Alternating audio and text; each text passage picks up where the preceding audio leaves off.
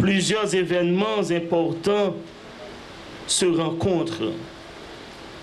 La célébration des 102 ans d'existence de la Direction générale des impôts, la Journée mondiale de l'environnement et la mémoire du martyr Saint Boniface. Ces trois réalités semblent différentes, mais elles nous conduisent vers une même réflexion: servir fidèlement Dieu et la société avec honnêteté, responsabilité et courage.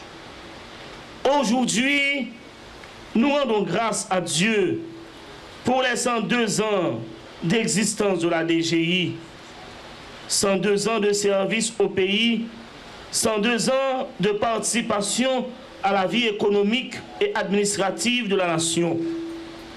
Cette célébration est une occasion de reconnaissance, mais aussi un appel à renouveler la mission de servir avec justice et intégrité.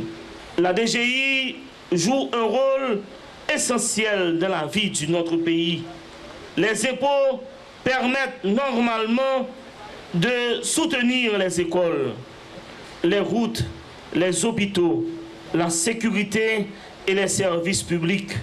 Quand chacun accomplit honnêtement son service et son devoir, la société peut avancer.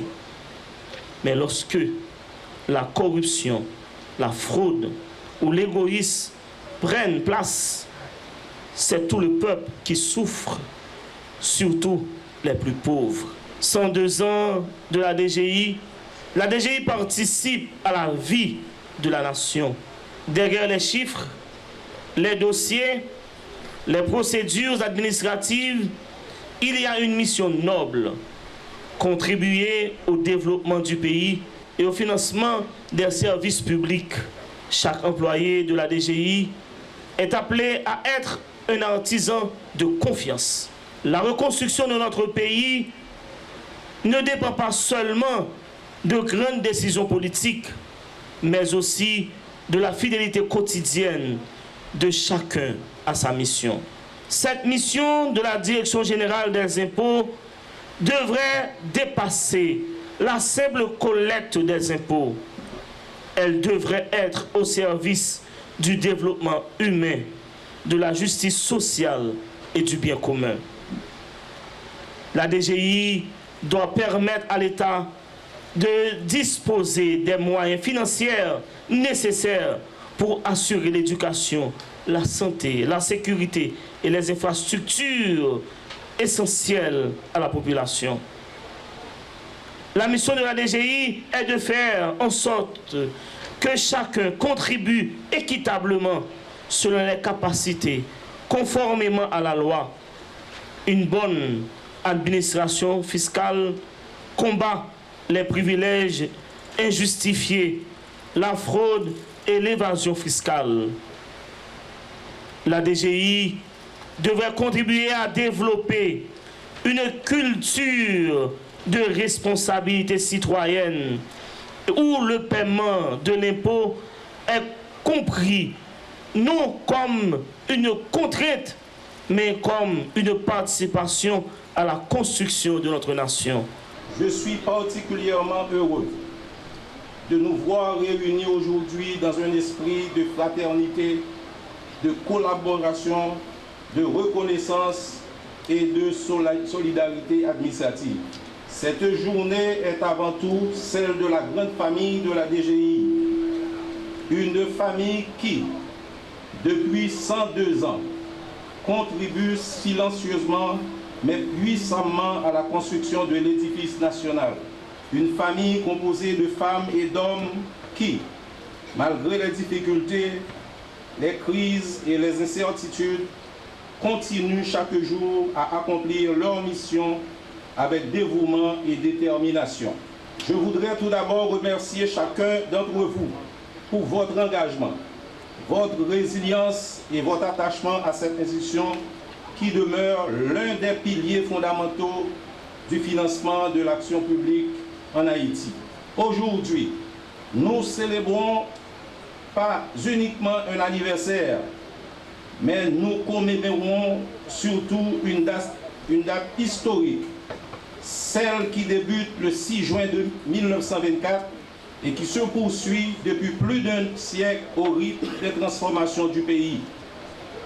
Durant ces 102 années, la DGI a traversé des périodes de stabilité comme des moments de profonde turbulence.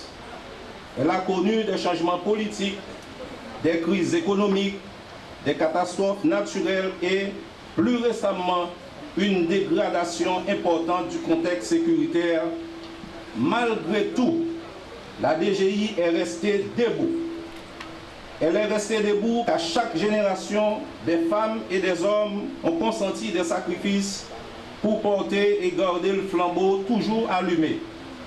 Des agents, des cadres, des directeurs et des directeurs généraux qui ont consacré leur énergie, leur intelligence et parfois même leur sécurité personnelle à la continuité de cette mission essentielle.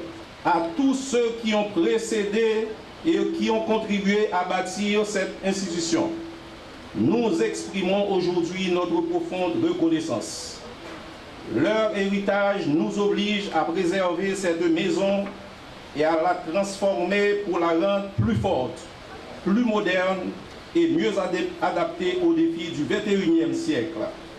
Et c'est pourquoi ce 102e printemps est célébré sous le thème « La DGI se modernise pour mieux vous servir ».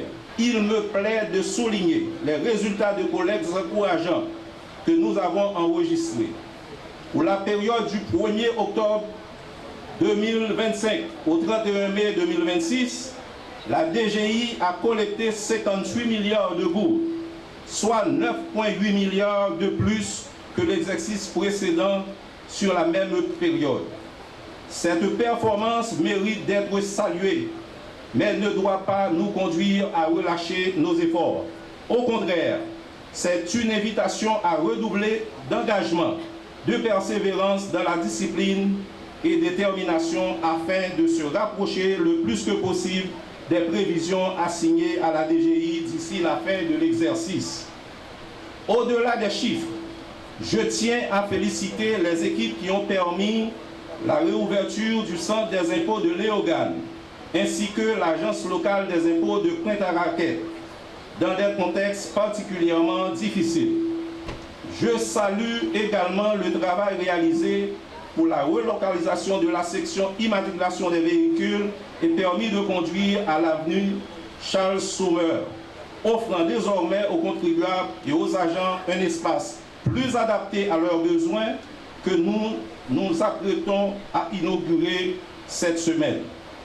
Je me réjouis de l'ouverture des nouveaux bureaux de Dédune et de Grande-Saline qui renforcent la présence territoriale de la DGI comme l'institution publique la mieux représentée sur le territoire national et rapproche davantage ses services des citoyens.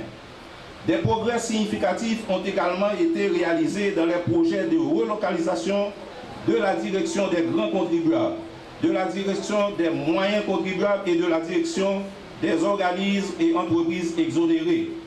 Grâce au support inconditionnel du ministre de l'Économie et des Finances, M. Serge Gabriel Collin, à qui nous tenons à présenter très vivement nos remerciements pour son ferme soutien et son engagement envers le progrès et la modernisation de l'institution.